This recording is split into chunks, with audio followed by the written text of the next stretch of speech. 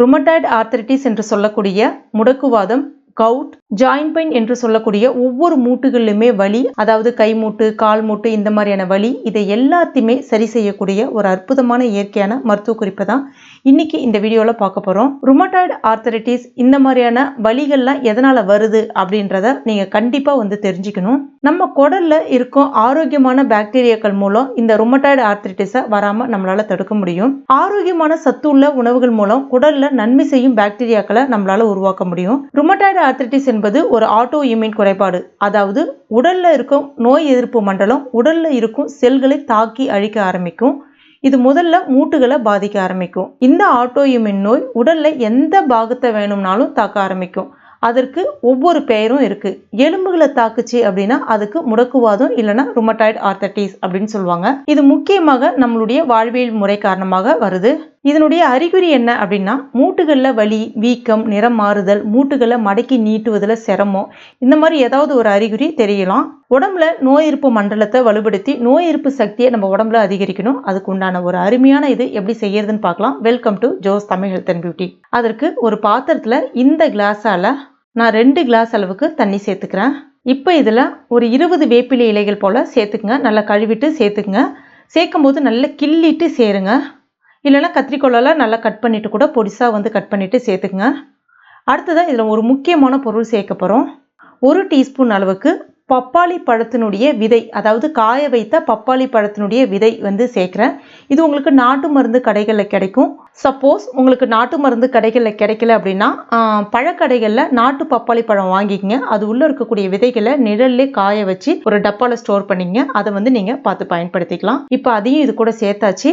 இப்போ இதை ஸ்டவ்ல வச்சிடலாம். மிதமான தீயில வச்சுக்கோங்க. அந்த 2 கிளாஸ் தண்ணி 1 கிளாஸ் தண்ணி ஆகிற அளவுக்கு நல்லா கொதிக்கணும். இது பப்பாளி பழத்தில் எண்ணற்ற சத்துக்கள் இருக்கு. ஆனால் அதனுடைய ஸ்மெல் சில பேருக்கு பிடிக்காம அதை நிறைய பேர் ஒதுக்குறாங்க. ஆனா அதையும் தாண்டி பப்பாளி பழத்தினுடைய விதையில எண்ணற்ற மருத்துவ குணங்கள் இருக்கு. அதனுடைய மருத்துவ குணங்களை நம்ம நிறைய சொல்லிட்டே போயிடலாம். ஆனா இன்னைக்கு நம்ம இதனுடைய பயன்கள் மட்டும் பார்க்கலாம். பப்பாளி பழம் நம்மளுடைய குடல்ல இருக்கக்கூடிய அந்த நச்சுக்களை முழுமையாக வெளியேற்றும்.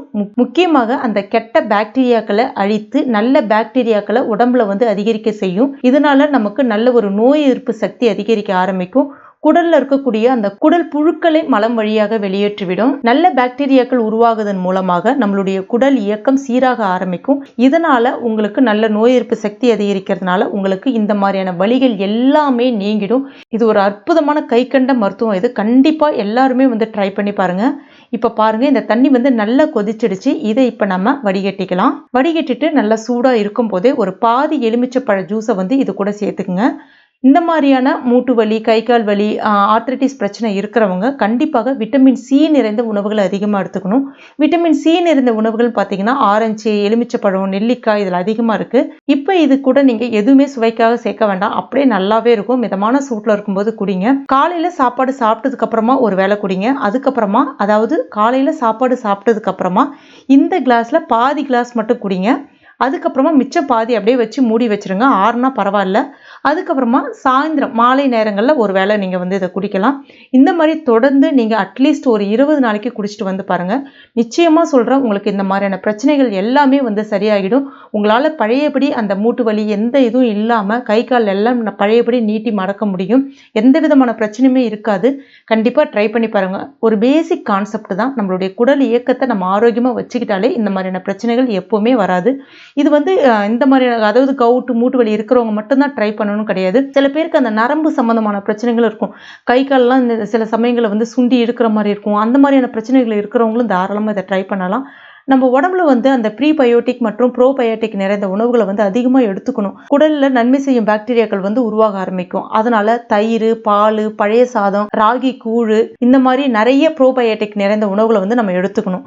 முக்கியமாக பார்த்தீங்கன்னா ப்ரீபயோட்டிக் நிறைந்த உணவுகளையும் எடுத்துக்கணும். அடுத்ததா உங்களால் முடிஞ்ச ஒரு சின்ன எக்ஸசைஸ், அதாவது கொஞ்சம் தூரம் நடக்கலாம், இல்லைனா கை காலை மட்டும் நீட்டி மடக்கிறது, இந்த மாதிரி சின்ன சின்ன எக்ஸசைஸை நம்ம உடம்புக்கு கண்டிப்பாக கொடுக்கணும். அந்த மாதிரி கொடுக்கும்பொழுது இந்த மாதிரியான பிரச்சனைகளும் வராது. நிச்சயம் ட்ரை பண்ணி பாருங்க. ட்ரை பண்ணிட்டு மறக்காம எனக்கு கமெண்ட் பண்ணுங்க. இந்த வீடியோ பிடிச்சிருந்தா லைக் பண்ணுங்க. உங்க நண்பர்கள் மற்றும் ஃபேமிலி மெம்பர்ஸ் கூட மறக்காம ஷேர் பண்ணுங்க.